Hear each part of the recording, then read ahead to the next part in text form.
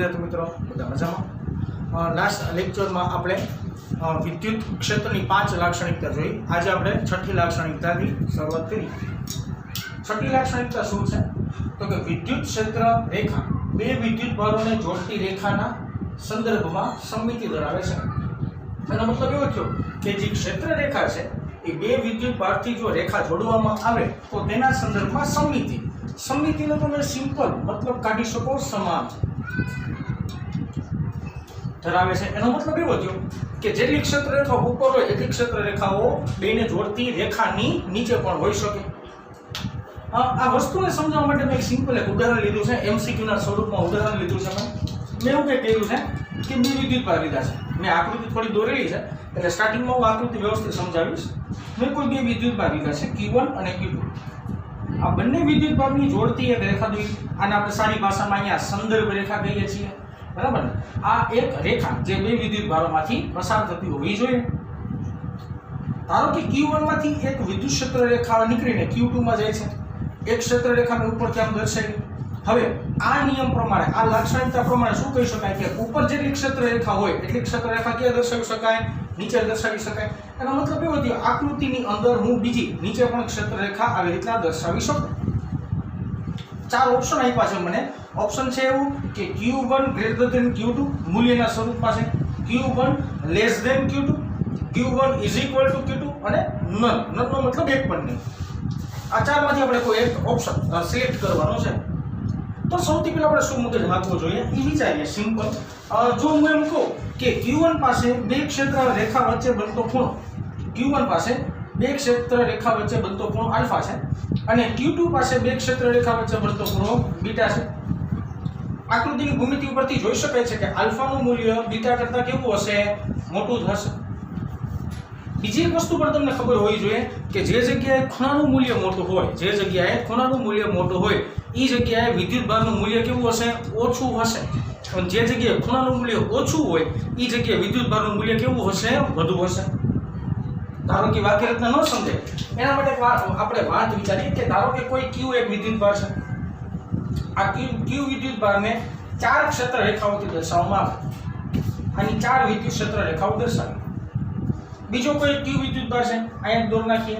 हालो बीजो कोई Q विद्युत भार है एनी क्षेत्र रेखाओ धारो के आपणे 4 ની જગ્યાએ 8 વડે દર્શાવી। ચાલો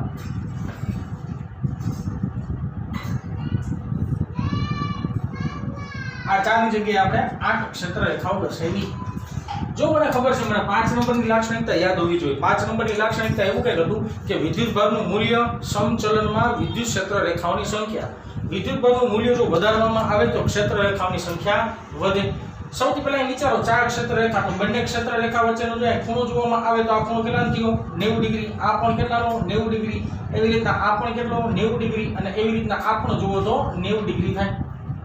જે આ આકૃતિમાં પ્રત્યેક બે ક્ષેત્ર રેખા વચ્ચેનો ખૂણો જો 45 ડિગ્રી, અહીંયા પણ 45 ડિગ્રી થતો હશે, અહીંયા પણ 45 ડિગ્રી। એટલે કે ક્રમિક બે ક્ષેત્ર રેખા વચ્ચેનો ખૂણાનું મૂલ્ય સમાન એટલે કે 45 ડિગ્રી બનતું હશે।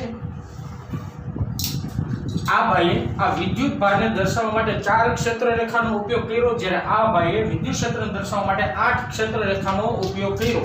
आने धारो के आपणे Q1 नाम आपी दઈએ, आने धारो के Q2 नाम आपी दઈએ तो बने आकृति परथी कही शकाय के Q1 નું મૂલ્ય એ Q2 ના મૂલ્ય કરતા નાનું હશે।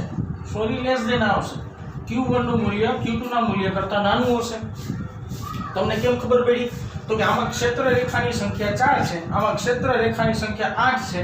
तो आ समीकरण हूँ लाक्षणिकता नंबर 5 परथी कही शकूं कि क्षेत्र रेखानी संख्या प्रोपोर्शनल टू विद्युत भारનું मूल्य। जो विद्युत भारનું मूल्य बमणું કરવામાં આવે તો ક્ષેત્ર રેખાની સંખ્યા પણ કેવી થાય? બમણી થાય। 5 નંબરની લાક્ષણિકતામાં આવું મેં સમજાવ્યું। બીજી એક વસ્તુ ખૂણાના સંદર્ભમાં જુઓ, જો Q2 મોટો હોય એનો મતલબ એવો થયો ક્રમિક બે ક્ષેત્ર રેખા વચ્ચેનો ખૂણો કેવો છે? નાનો છે। Q1 નાનો છે તો ક્રમિક બે ક્ષેત્ર રેખા વચ્ચેનો ખૂણો કેવો છે?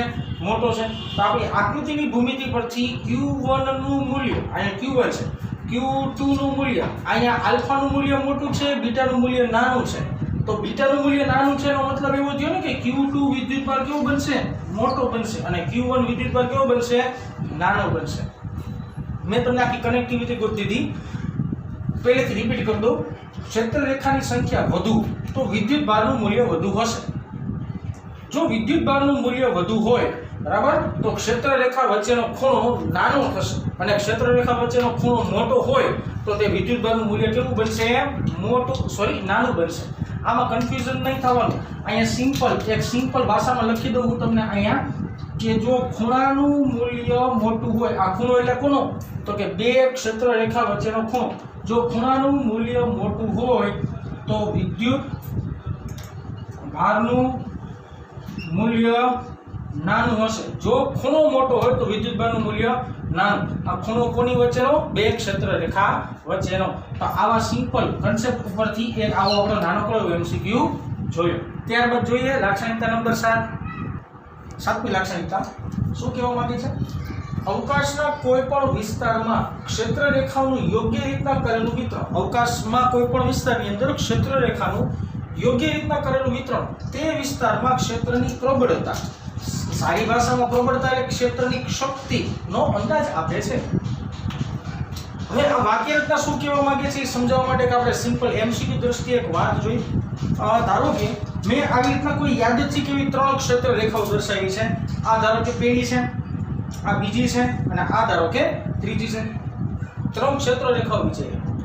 ત્રણ ક્ષેત્ર રેખાઓની અંદર ના ત્રણ બિંદુઓ જોયા. A બિંદુ, B બિંદુ, C બિંદુ. મને કોઈ પ્રશ્ન એવો પૂછ્યો કે આ ત્રણેય બિંદુએ ક્ષેત્રની પ્રબળતા દર્શાવો. આ ત્રણેય બિંદુ પાસે ક્ષેત્રની પ્રબળતાનો અંદાજ મેળવો. મને આવો કોઈ પ્રશ્ન પૂછ્યો. હું કેવી રીતના જવાબ દઈ શકું એના વિશે આપણે ચર્ચા કરીએ. સિમ્પલ.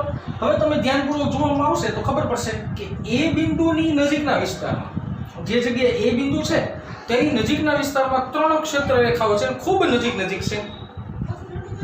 યાદ આવવું જોઈએ જૂના કન્સેપ્ટ. મેં તમને આની પહેલા કીધું હતું કે ક્ષેત્ર રેખાના મૂલ્યનો અંદાજ, પ્રબળતાનો અંદાજ કેવી રીતના આપી શકાય? તો કે સાપેક્ષ ગીચતા ઉપરથી અથવા તો ઘનતા પરથી. જ્યાં ઘનતાનું મૂલ્ય જાજુ હોય તે જગ્યાએ ક્ષેત્ર પ્રબળ હોય, જે જગ્યાએ ઘનતાનું મૂલ્ય ઓછું હોય એ જગ્યાએ ક્ષેત્ર કેવું હોય? પ્રબળ ન હોય. એનો મતલબ એવો થયો કે જો એ બિંદુ પાસે વધારે ક્ષેત્ર રેખાઓ નજીક રહેલી છે તો એ બિંદુ પાસે સાપેક્ષ ગીચતા જાજી છે, ઘનતા જાજી છે. એનો મતલબ એવો ક્ષેત્ર પ્રબળ હશે. બી પાસે ક્ષેત્ર રેખાઓ દૂર ગોઠવાયેલી છે.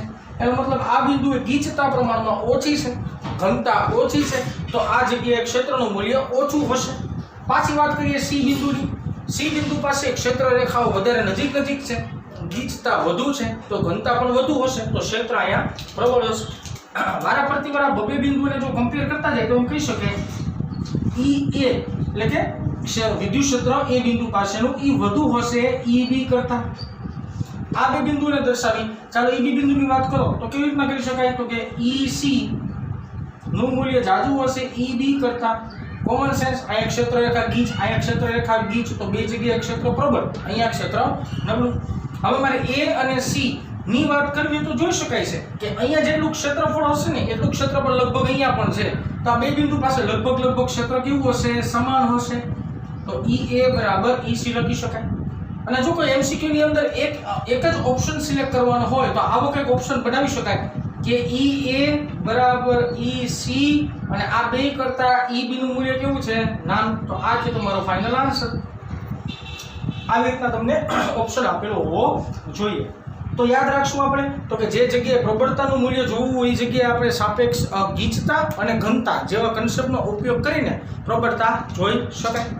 7મી લાક્ષણિકતા કમ્પ્લીટ થઈ. ત્યારબાદ વાત કરીએ 8 નંબરની લાક્ષણિકતા. બહુ સિમ્પલ છે આ તો. વિદ્યુત ક્ષેત્ર રેખા એ વિદ્યુતભારની પૃષ્ઠને લંબ રૂપે હોય છે. તમે જે ક્ષેત્ર રેખા દર્શાવો છો તે ક્ષેત્ર રેખા વિદ્યુતભારના પૃષ્ઠ એટલે કે ઉપરના કવચ, ઉપરના ભાગ ને કેવું હોય? લંબ. મેં એક આકૃતિ દોરી દીધી છે તમને કે ધારો કે કોઈ Q વિદ્યુતભાર છે તો Q વિદ્યુતભારને ચાર ક્ષેત્ર રેખાઓ દ્વારા દર્શાવો. આ ચાર ક્ષેત્ર રેખાઓ વડે મેં દર્શાવ્યું. તો આ ચારે ચાર જે ક્ષેત્ર રેખા તમે દોરેલી છે એ પૃષ્ઠને કેવી હોવી જોઈએ? લંબ હોવી જોઈએ. એટલે મતલબ એની સાથે બનતો ખૂણો કેટલાનો હોવો જોઈએ? 90 નો ખૂણો હોવો જોઈએ. આ વાત થઈ 8 નંબરની લાક્ષણિકતા. હવે આપણે વાત કરીએ 9 નંબરની લાક્ષણિકતાનો. 8 નંબરની લાક્ષણિકતા પછી આપણે જોવાનું છે 9 નંબરની લાક્ષણિકતા શું કહેવા માંગે છે જોઈએ. સમાન વિદ્યુત ક્ષેત્રને દર્શાવતી ક્ષેત્ર રેખાઓ પરસ્પર સમાંતર અને એકબીજાને સમાન અંતરે હોય છે. પહેલા તો વિદ્યુત ક્ષેત્રના બે પ્રકાર હોય. એક વિદ્યુત ક્ષેત્રને કહેવાય સમાન વિદ્યુત ક્ષેત્ર અને બીજાને કહેવાય અસમાન વિદ્યુત ક્ષેત્ર. જો સમાન વિદ્યુત ક્ષેત્ર કન્સિડર કરવામાં આવે તો એના માટે આ ત્રણ લીટી લાગુ પડે. શું છે વાક્ય રચના? કે જો સમાન વિદ્યુત ક્ષેત્ર હોય તો સમાન વિદ્યુત ક્ષેત્રને રિપ્રેઝેન્ટ કરતી ક્ષેત્ર રેખા પરસ્પર સમાંતર અને એકબીજાથી સમાન અંતરે હોય. નીચે મેં એક આકૃતિ દોરેલી છે જેની અંદર મેં સમાન વિદ્યુત ક્ષેત્ર દર્શાવ્યું છે. જો સમાન વિદ્યુત ક્ષેત્રની ચર્ચા કરતા હોય તો સમાન વિદ્યુત ક્ષેત્ર એકબીજાને સમાંતર ક્ષેત્ર રેખાઓ અને એકબીજાથી સમાન અંતરે ક્ષેત્ર રેખાઓ આવેલી હોવી જોઈએ. જો સમાન વિદ્યુત ક્ષેત્ર હોય તો એકબીજાને સમાંતર રેખાઓ હોવી જોઈએ. એવી રીતના મેં એમાં લખેલું નથી પણ અહીંયા મેં આકૃતિ દર્શાવેલી છે કે અસમાન વિદ્યુત ક્ષેત્ર હોય તો ક્ષેત્ર રેખાઓ આવી રીતના દર્શાવી શકાય. તમે જોઈ શકો છો કે બે ક્ષેત્ર રેખા વચ્ચેનું અંતર પણ સમાન નથી અને ક્ષેત્ર રેખાઓ એકબીજાને સમાંતર પણ નથી. તો બે પ્રકારનું વિદ્યુત ક્ષેત્ર યાદ રાખવાનું, સમાન વિદ્યુત ક્ષેત્ર અને અસમાન વિદ્યુત ક્ષેત્ર. આ બંનેની આકૃતિઓ થઈ. ત્યારબાદ વિદ્યુત ક્ષેત્રની વાત કરીએ છીએ તો વિદ્યુત ક્ષેત્ર છે એ દિશા સાથે જોડેલી અથવા તો સદિશ રાશિ કહી શકાય. જો સદિશ રાશિ હોય તો તેને મૂલ્ય ઉપરાંત દિશા પણ હોય. તો આપણે વાત કરવાની છે દિશા અંગેની થોડી. 10મી લાક્ષણિકતા શું કહે છે? ક્ષેત્ર રેખાના કોઈ બિંદુ પાસે દોરેલ સ્પર્શક. ક્ષેત્ર રેખામાં કોઈ બિંદુ પકડી લેવાનું, તે બિંદુ આપણે સ્પર્શક દોરશું તો તે બિંદુ આગળ વિદ્યુત ક્ષેત્રની દિશા આપે છે. સમજાવું શું વાત છે? મેં કોઈ યાદ જ છે કે ક્ષેત્ર રેખા લીધી, કોઈ આવી રીતના વક્રવાળી ક્ષેત્ર રેખા મેં લઈ લીધી. આ બિંદુ મેં પસંદ કર્યું કે ભાઈ હાલો આ બિંદુએ મારે વિદ્યુત ક્ષેત્રની દિશા શોધવી છે. તો જે બિંદુએ વિદ્યુત ક્ષેત્રની દિશા શોધવાની હોય ત્યાં શું કરી નાખવાનું? સ્પર્શક દોર નાખવાનું. આ સ્પર્શકની દિશા મળી. જે દિશામાં સ્પર્શક હોય એ દિશામાં વિદ્યુત ક્ષેત્ર હોય. મનમાં એવું જ કેમ કરો? આ બિંદુએ ક્ષેત્રની દિશા કહે તો એ બિંદુએ સ્પર્શક દોર નાખો. તો જે બિંદુએ સ્પર્શક દોરવામાં આવે એ દિશા વિદ્યુત ક્ષેત્રની દિશા આપે. હાલો આ બિંદુએ સ્પર્શક કઈ દિશામાં આવ્યો? આ દિશામાં. તો ક્ષેત્રની દિશા કઈ હશે? નીચે જતી દિશા હશે. એનો મતલબ એવો થયો કે જો અનિયમિત ક્ષેત્ર રેખા હોય અને મારે કોઈ બિંદુએ વિદ્યુત ક્ષેત્રની દિશા શોધવી હોય તો મારે કોઈ એક બિંદુએ પ્રેમથી સ્પર્શક દોરવાનો. જે સ્પર્શકની દિશા બનશે એ વિદ્યુત ક્ષેત્રની દિશા બનશે. 10 પછી 11મા નંબરની મારા મત અનુસાર આ આઈએમપી બહુ કહી શકાય અને યાદ રાખવા જેવી છે. શું વાક્ય રચના છે? કે બે ક્ષેત્ર રેખાઓ ક્યારેય એકબીજાને છેદતી નથી. મતલબ ક્ષેત્ર રેખાઓ કદી પણ એકબીજાને છેદવી જોઈએ નહીં, એકબીજાને ક્રોસ ન થવી જોઈએ. શું કરવા ન થવી જોઈએ એનું કારણ છે. કારણ સાથે વાત કરીએ જો સમજાવો. અહીંયા કોઈ મેં યાદચ્છિક બે ક્ષેત્ર રેખાઓ લીધી. આને નામ આપ્યું 1 અને આને નામ આપ્યું ધારો કે 2. બે અલગ અલગ ક્ષેત્ર રેખા છે. અત્યારમાં બે ક્ષેત્ર રેખા અહીંયા ક્યાંક છેદે છે. આ બિંદુનું નામ આપી દે, ધારો કે x બિંદુ કહી દે. કોઈ પણ નામ આપી શકાય. મેં x બિંદુ આપ્યું. મને કોઈ એવો પ્રશ્ન પૂછ્યો કે ભાઈ x બિંદુએ વિદ્યુત ક્ષેત્રની દિશા મને કયો? હવે હું કન્ફ્યુઝ થયો કે x બિંદુએ મારે વિદ્યુત ક્ષેત્રની દિશા ગોતવી હોય, આ ક્ષેત્ર રેખા પરની વાત કરું તો સ્પર્શક આ દિશામાં આવે અને આ ક્ષેત્ર રેખા પરની વાત કરું તો સ્પર્શક આ દિશામાં આવે. જો વાત શું કહેવા માંગુ સમજો. બે વિદ્યુત ક્ષેત્ર એકબીજાને છેદે છે. એક કોઈ બિંદુ પસંદ કર્યું, બિંદુનું નામ આપ્યું x. મારે x બિંદુએ વિદ્યુત ક્ષેત્રની દિશા કહેવાની છે. મને પ્રશ્ન એવો પૂછો કે x બિંદુએ વિદ્યુત ક્ષેત્રની કઈ દિશા છે? ઉપરની વાક્ય રચના એવું મને સમજાયું કે ભાઈ જે બિંદુએ ક્ષેત્ર ગોતવું હોય ત્યાં પ્રેમથી તમે સ્પર્શક દૂર નાખો. જે સ્પર્શકની દિશા થાય એ વિદ્યુત ક્ષેત્રની દિશા કહેવાય. તો મેં આ ક્ષેત્ર રેખા ઉપર સ્પર્શક મળ્યો તો આ દિશામાં, જેને આપણે નામ આપી દે ધારો કે E1 કહી દે. હાલો સમજાવવું પડતું. સદિશ રાશિ છે. ઓકે. અને આ ક્ષેત્ર રેખા પરની વાત કરું તો અહીંયા E2 કહી દે, જે પણ સદિશ રાશિ છે. તો કોઈ એક જ બિંદુએ બે સ્પર્શક દોર્યા, એક જ બિંદુએ બે સ્પર્શક આવે તો આ એક જ બિંદુ પરની વિદ્યુત ક્ષેત્રની દિશા કેટલી થઈ? 2 થઈ. યાદ કરો છોકરાઓ, સદિશ રાશિ છે. સદિશ રાશિનો મતલબ એની દિશા કોઈ ચોક્કસ ફિક્સ અથવા એક જ હોવી જોઈએ, પણ જ્યારે આપણા કેસમાં તો એક જ બિંદુએ બે ક્ષેત્ર મળે છે, બે ક્ષેત્રની દિશા મળે છે, જે શક્ય નથી. એનો મતલબ એવો થયો, આ કારણ સાથે વાત કરીએ તો કારણ એવું કહી શકાય કે જો કોઈ બે ક્ષેત્ર રેખાઓ એકબીજાને છેદે તો છેદન બિંદુ પાસે, છેદન બિંદુ અમારી પાસે એક છે, છેદન બિંદુ પાસે વિદ્યુત ક્ષેત્રની બે દિશા મળે, જે શક્ય નથી. એટલા માટે ક્ષેત્ર રેખાઓ એકબીજાને છેદવી જોઈએ નહીં. આ વાત છે 11 નંબરની. હવે વાત કરીએ 12 નંબરની લાક્ષણિકતા. હવે જોવાની છે આપણે લાક્ષણિકતા નંબર 12. લાક્ષણિકતા નંબર 12 શું કહેવા માંગે છે પહેલા સમજાવી દઉં, પછી આપણે જોઈએ આગળ શું વાત છે. વિદ્યુત ક્ષેત્ર રેખાઓ ધન વિદ્યુત ભાર માટે અપાકર્ષણ અનુભવે છે. મનમાં પ્રશ્નાચિહ્ન શું કરવા સમજાવવું. બીજો પોઈન્ટ, વિદ્યુત ક્ષેત્ર રેખાઓ ઋણ વિદ્યુત ભાર પ્રત્યે આકર્ષણ અનુભવે છે. કેવી રીતે જોઈએ? આકૃતિ મેં સમજાવવા પૂરતી દોરી છે, તમારી જાણકારી માટે ખાલી ધ્યાનથી સમજજો શું કહેવા માંગુ છું. ધારો કે આ એક ધન વિદ્યુત ભાર અને આ એક ધન વિદ્યુત ભાર, બે સમાન વિદ્યુત ભારની રેખા, સમાન પણ હોઈ શકે, વિરુદ્ધ પણ હોઈ શકે, એનો કંઈ મતલબ નથી, પણ મારે તમને આ બે લીટી સમજાવી છે એટલા માટે મેં સમાન વિદ્યુત ભાર રાખ્યા. તમને ખબર જ છે કે જો સમાન વિદ્યુત ભાર હોય એટલે કે જો બે વિદ્યુત ભાર સમાન મૂલ્ય એટલે કે ધન ધન હોય તો બેની ક્ષેત્ર રેખા બહાર નીકળતી દિશામાં હોય, અને ઋણ વિદ્યુત ભાર હોય તો તેની ક્ષેત્ર રેખા અંદર જતી દિશામાં હોય. મેં અહીંયા ધન વિદ્યુત ભાર રાખ્યો છે, તો આના દ્વારા નીકળતી ક્ષેત્ર રેખાઓ કેવી રીતના છે? બહાર નીકળતી. આ વિદ્યુત ભારમાંથી ચાર ક્ષેત્ર રેખાઓ બહાર કાઢી, એક આ, એક આ, એક આ અને એક આ. એવી રીતના અહીંયા પણ મેં ધન વિદ્યુત ભાર લીધો છે. આની ક્ષેત્ર રેખા એક આ, બીજી આ, ત્રીજી આ અને ચોથી આ. તો કોઈ એક વિદ્યુત ભાર પોતાનામાંથી ચાર ક્ષેત્ર રેખાઓ બહાર કાઢે છે એવું કહી શકાય. હવે તમે ધ્યાનપૂર્વક સમજવાનો પ્રયત્ન કરો. આ બેમાંથી નીકળતી વિદ્યુત ક્ષેત્ર રેખાઓ આ એક બિંદુ એકબીજાને છેદે છે. સર તમે આગલા પોઈન્ટમાં હમણાં એવું કીધું કે વિદ્યુત ક્ષેત્ર રેખાઓ એકબીજાને છેદે નહીં. એ વિધાન આપણું 100% સાચું છે, કારણ કે જો છેદે તો છેદન બિંદુ પાસે તેની બે દિશા મળે, જે શક્ય નથી. તો ખરેખર શું થતું હશે જોઈએ. હાલો, આ ક્ષેત્ર રેખા આવી રીતના જાતીથી જાતીથી જાતીથી, જ્યારે આ ક્ષેત્ર રેખા અહીંયા ધન વિદ્યુત ભાર જોવે, એ બે કો અહીંયા ક્ષેત્ર રેખાઓ વળી જાય. અહીંયા વાત વિચારીએ, આ ક્ષેત્ર રેખા આવી રીતના સીધે સીધી જાતીથી જાતીથી જાતીથી મસ્ત. હવે જેવો આ ક્ષેત્ર રેખા ધન વિદ્યુત ભાર જોશે એટલે એકબીજાને છેદશે નહીં, પણ અહીંયા શું કરશે? વળી જશે. નીચે પણ આવું જ વિચારી શકાય. આ ક્ષેત્ર રેખા આવી રીતના જાતીથી, જેવો અહીંયા ધન વિદ્યુત ભાર જોશે તેવું તે ક્ષેત્ર રેખા નીચે વળી જશે. જેમ અહીંયા ક્ષેત્ર રેખા નીકળતી હોય આવી રીતના, જેવો ધન વિદ્યુત ભાર દેખાય એવી ક્ષેત્ર રેખા વાંકી વળી જાય. આ બાજુના ભાગમાં એવું કંઈ થશે નહીં. અહીંયા તો ક્ષેત્ર રેખા એકબીજાને છેદતી નથી, તો પોતાની મૂળ દિશા જે હશે એ જાળવી રાખતી હશે. તો આવી સિમ્પલ આકૃતિ પરથી સમજાવી શકાય કે જો બે સમાન વિદ્યુત ભાર રાખવામાં આવે તો બેની ક્ષેત્ર રેખા એકબીજાને છેદે નહીં, પણ અપાકર્ષણ અનુભવીને બે ક્ષેત્ર રેખાઓ ઉપર સીધી વહી જાય. એવી રીતના પણ નીચે થાય. અહીંયા સાઈડમાં મેં બીજી આકૃતિ દોરી સમજાવવાનો પ્રયત્ન કર્યો છે કે ધારો કે અહીંયા કોઈ ધન વિદ્યુત ભાર છે, કોઈ ક્ષેત્ર રેખા ધન વિદ્યુત ભાર તરફ આવી રીતના સીધી જાય છે. ધન વિદ્યુત ભારથી આ ક્ષેત્ર રેખા અપાકર્ષણ અનુભવીને આવી રીતના ઉપર વહી જશે. બીજી કોઈ ક્ષેત્ર રેખા વિચારવામાં આવે તો અપાકર્ષણ અનુભવીને તે ક્ષેત્ર રેખા નીચે વહી જાય.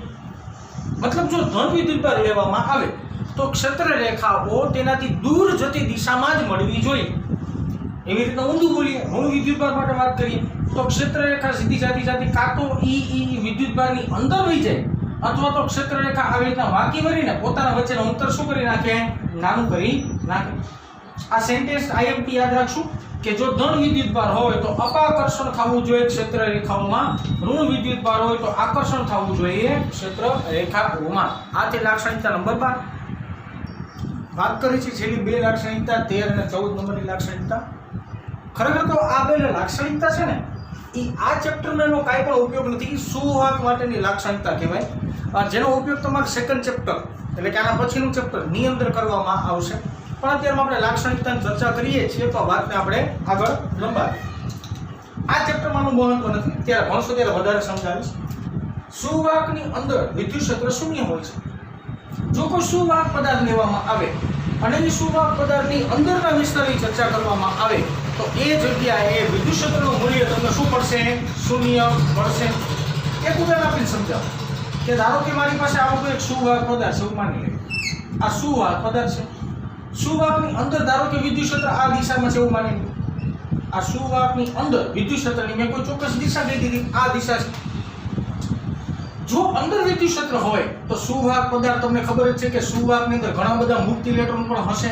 તો વિદ્યુત ક્ષેત્રને લીધે આ મુક્ત ઇલેક્ટ્રોનની જે ગતિ આવશે એ ગતિ આ દિશામાં મળશે. સમજી શકાય છે ને? વિદ્યુત ક્ષેત્ર કઈ દિશામાં હોય તો કે વિદ્યુત ક્ષેત્રની દિશા હંમેશા પ્લસમાંથી નીકળે ને ઋણમાં અંત પામે. તમને યાદ જ છે તો વિદ્યુત ક્ષેત્રની દિશા કઈ થઈ? પ્લસથી માઈનસ થઈ. વિદ્યુત ક્ષેત્ર પ્લસથી માઈનસ, તો ઇલેક્ટ્રોન કઈ દિશામાં ગતિ કરે તો કે માઈનસથી પ્લસ બાજુ. ઇલેક્ટ્રોન તો માઈનસ પ્લસ બાજુ આકર્ષણ પામવાનો છે, કારણ કે ઋણ વિદ્યુત ભારિત છે તો પ્લસ બાજુ ખેંચાય. વિદ્યુત ક્ષેત્ર આમ હોય તો ઇલેક્ટ્રોનની દિશા આમ મળે. એના કારણે વિદ્યુત ક્ષેત્રને લીધે આ ઇલેક્ટ્રોન ઉપર વિદ્યુત ક્ષેત્રને લીધે ઇલેક્ટ્રોન પર બળ લાગે. જો બળ લાગે તો ઈ ગતિમાં આવે. જો ગતિમાં આવે તો વિદ્યુત પ્રવાહ, હું અહીંયા ખાલી પ્રવાહ લખું છું, વિદ્યુત પ્રવાહ ઉત્પન્ન થાય. પરંતુ આ ચેપ્ટર તો આપણે સૌથી પહેલા જ વાત થઈ હતી કે આખું ચેપ્ટર સ્થિર વિદ્યુત માટે છે.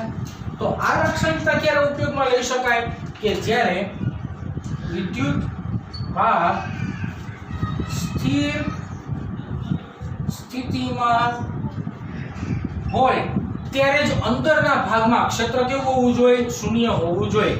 જો વિદ્યુત ભાર ગતિમાં, એટલે કે અહીંયા ઇલેક્ટ્રોન ગતિમાં આવી ગયો, જો વિદ્યુત ભાર ગતિમાં આવી જાય તો વિદ્યુત પ્રવાહ બની જાય. તો જ્યારે વિદ્યુત ભાર સ્થિર સ્થિતિમાં હોય ત્યારે અંદરના ભાગનું ક્ષેત્ર શું લઈ શકાય? શૂન્ય લઈ શકાય. આથી 13 નંબરની લાક્ષણિકતા. વિદ્યુત પ્રવાહ કેવી રીતના ઉત્પન્ન થાય છે તેની વધુ માહિતી આપણે ચેપ્ટર નંબર 3 એટલે કે પ્રવાહ વિદ્યુત નામના ચેપ્ટરમાં કરવાનો જ છે. વાત કરીએ છીએ 14 નંબરની લાક્ષણિકતા. શું કહેવા માંગે છે? વિદ્યુત ક્ષેત્ર રેખાઓ સુવાહકની સપાટીને લંબ રૂપે હોય છે. જે મેં આગળ પણ સમજાવ્યું કે જો ક્ષેત્ર રેખાઓ તમારે દોરવી હોય તો એ સપાટીને કેવી હોવી જોઈએ અથવા તો પૃષ્ઠને કેવી હોવી જોઈએ? લંબ હોવી જોઈએ. એક વાત કરીએ, ધારો કે અનિયમિત આકારનો સુવાહક પદાર્થ વિચારીએ. ચાલો વિચારીએ. અહીંયા દોરું છું, સ્પેસ છે આપણી પાસે. આ રેન્ડમલી કોઈ પણ એક અનિયમિત આકારનો સુવાહક પદાર્થ છે. અંદર તો તમને ખબર જ છે, મેં ઉપર સમજાવ્યું એ પ્રમાણે વિદ્યુત ક્ષેત્ર 0 છે, પરંતુ બહાર 0 ન થાય અને મારે એની વિદ્યુત ક્ષેત્ર રેખાઓ દોરવી હોય તો આવી રીતના દોરી શકાય. સપાટીને લંબ, અહીંયા ક્ષેત્ર રેખા આમ, સપાટીને લંબ, અહીંયા ક્ષેત્ર રેખા આવી રીતના, સપાટીને લંબ, અહીંયા ક્ષેત્ર રેખા આવી રીતના, જે સપાટીને કેવી થવી જોઈએ? લંબ થવી જોઈએ. અહીંયા સપાટીને લંબ ક્ષેત્ર રેખા, અહીંયા સપાટીને લંબ ક્ષેત્ર રેખા. એનો મતલબ એવો થયો કે જો અનિયમિત આકારનો પદાર્થ લેવામાં આવે તો સપાટીને લંબ રૂપે ક્ષેત્ર રેખા હોવી જોઈએ. આનો સમજાતું હોય તો સિમ્પલ બીજું ઉદાહરણ કે ધારો કે આવી રીતના કોઈ ચોરસ મારી પાસે સુવાહક છે, લંબચોરસ સુવાહક છે, બરાબર? આના દ્વારા નીકળતી ક્ષેત્ર રેખાઓ કોઈ દિવસ આવી રીતના નહીં હોય કે કોઈ પણ થીટા ખૂણે નહીં હોય. ક્ષેત્ર રેખા હંમેશા કેમ હોવી જોઈએ? આવી રીતના, એટલે કે સપાટીને લંબ હોવી જોઈએ. યાદ રાખવાનું કે વિદ્યુત ક્ષેત્ર રેખાઓ હંમેશા સપાટીને લંબ હોવી જોઈએ. આ સાચી વાત છે. આ વાત કેવી છે? ખોટી. કોઈ પણ એંગલ હોવી જોઈએ નહીં. આ 14 લાક્ષણિકતા થઈ. જ્યારે તમે 14 લાક્ષણિકતા કમ્પ્લીટ સમજી લ્યો, વિડીયો જોઈ લ્યો, સમજી લ્યો, ત્યારે 14 લાક્ષણિકતાના 2 વિડીયો લાઈનમાં પાછા એકવાર રિવાઇઝ કરી નાખવા અને વ્યવસ્થિત લખી નાખવું, જેના દ્વારા તમને 14 લાક્ષણિકતા યાદ રહે. આનો ઉપયોગ દાખલામાં થાય છે. કેવી રીતના થાય છે આપણે આગળ જતા જોશું. વચ્ચે મેં તમને 2-4 MCQ કીધા જેમાં પણ તમને સમજાવવું હશે કે લાક્ષણિકતાનો ઉપયોગ દાખલામાં કેવી રીતના થાય. છતાં એના પછીના લેક્ચરમાં આપણે આને એટલે કે ક્ષેત્ર રેખાઓની લાક્ષણિકતાઓને અનુરૂપ દાખલાઓ પણ જોવાના છે. ખૂબ જ અગત્યનો ટોપિક. બીજી વાત કે 2 માર્કની અંદર જો તમે જોવા જાઓ તો કોઈ પણ 4 લાક્ષણિકતા તમને લખવાની કે એ રીતના પણ તમને આ ટોપિક આવડતો હોવો જોઈએ. તો 2 રીતના ટોપિકને ધ્યાનમાં લેવાનું, એક થિયોરેટિકલ અને એક MCQની દ્રષ્ટિએ. હવે આપણે વાત કરશું વિદ્યુત ક્ષેત્ર રેખાઓ ઉપરથી અમુક દાખલાઓ.